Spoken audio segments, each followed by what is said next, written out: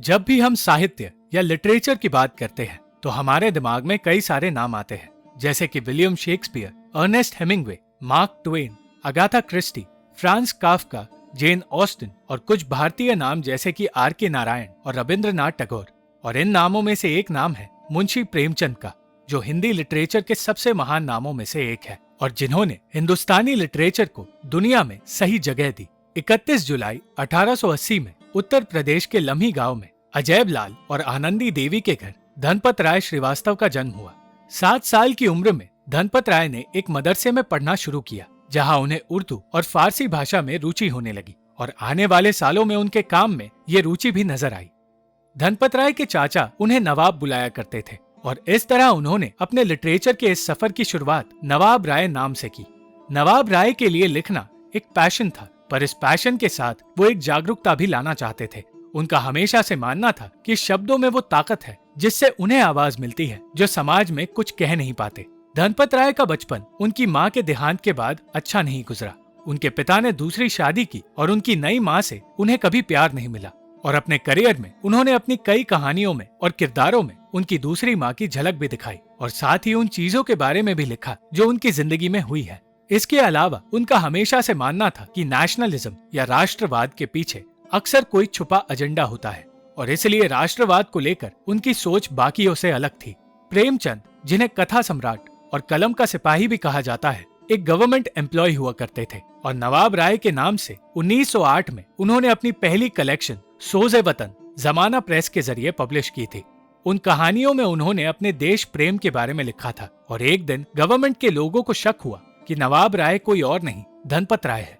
इस बात को जब उन्होंने कबूल किया तो उनसे कहा गया कि उनकी ये कहानियां राजद्रोही है और अगर अंग्रेजों की जगह मुगल राज चल रहा होता तो उनके दोनों हाथों को काट दिया जाता। उन्हें आदेश दिया गया कि वो बिना इजाजत कोई कहानी नहीं लिख सकते, क्योंकि उन कहानियों में ब्रिटिश राज को खत्म करने के बारे में लिखा था, पर कोई भी उन्हें लिखने से रोक नहीं सकता था। और लिखने की इस चाह में नवाब राय की मौत हुई और प्रेमचंद नाम का जन्म हुआ। प्रेमचंद के नाम से सबसे पहली कहानी 1910 में पब्लिश हुई और उस कहानी का नाम था बड़े घर की बेटी। प्रेमचंद ने करीब 1 दर्जन किताबें और 250 कहानियां लिखी और साथ ही उन्होंने काफी विदेशी लिटरेचर को ट्रांसलेट भी किया। उन्होंने अपने इस सफर की शुरुआत किताबों की दुकान में सेल्स बॉय के काम से की, जिसके बाद गवर्नमेंट स्कूल में उन्होंने एक टीचर का काम किया और आगे जाकर उस सेल्स बॉय को सम्मान देते हुए उन्हें मुंशी का टाइटल मिला और वो मुंशी प्रेमचंद के नाम से जाने गए। प्रेमचंद समाज के कई रिवाजों को चुनौती देते रहे। उन्होंने अपने चाचा की जिंदगी पर आधारित अपनी पहली किताब लिखी थी जो कभी पब्लिश ही नहीं हुई, जिसके बाद उनकी पहली लघु उपन्यास थी असरार-ए-माबित, जिसे हिंदी में देवस्थान रहस्य के नाम से पब्लिश किया गया। उस किताब में उन्होंने पंडितों के बीच हो रहे करप्शन और गरीब औरतों के साथ हो रहे शोषण के बारे में लिखा था। इतना ही नहीं, समाज को ठुकराते हुए उन्होंने शिवरानी देवी से शादी भी की, जो एक बाल विधवा थी, और ये एक बहुत ही जरूरी क्रांतिकारी कदम था। मुंशी प्रेमचंद का काम फिल्मों में भी नजर आता है और इसकी शुरुआत 31 मई 1934 में हुई, जब पैसों की जरूरत के चलते प्रेमचंद मुंबई आए और हिंदी फिल्म इंडस्ट्री के लिए उन्होंने मजदूर नाम की फिल्म लिखी। मोहन भावनानी की बनाई वो फिल्म मजदूरों के साथ हो रहे शोषण पर आधारित थी, पर बड़े मालिकों और बिजनेसमैन के प्रेशर के चलते उस फिल्म को बैन कर दिया गया। बैन होने के बावजूद प्रेमचंद की लिखी इस फिल्म ने उनके अपने प्रिंटिंग प्रेस वालों को इंस्पायर किया। इसके अलावा प्रेमचंद की किताब बाजार का हंस को तमिल में ट्रांसलेट किया गया और उस कहानी पर सेवा साधनम नाम की तमिल फिल्म बनाई गई और सेवा साधनम के प्रोग्रेसिव प्लॉट के खिलाफ साउथ इंडिया के ब्राह्मण कम्युनिटी ने आवाज उठानी शुरू कर दी। प्रेमचंद ने किसानों की तकलीफों पर भी कई सारी कहानियां लिखी, जिन पर आधारित फिल्में थी हीरा मोती और गोदान।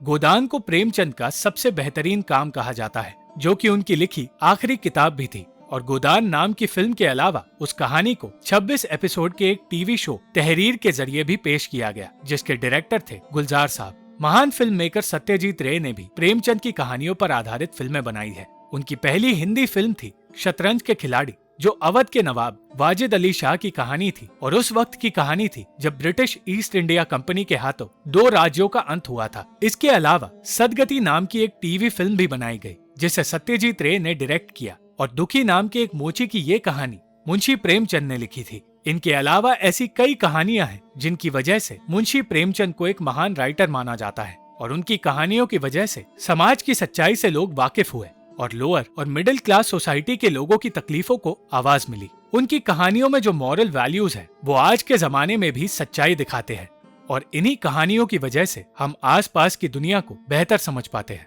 अगर आपको हमारे इस चैनल का ये नया सेगमेंट पसंद आया तो कमेंट सेक्शन में हमें जरूर बताएं और इस वीडियो को लाइक और शेयर जरूर कीजिए और इनसाइड अ मूवी को सब्सक्राइब करके बेल आइकन दबाना मत भूलिएगा।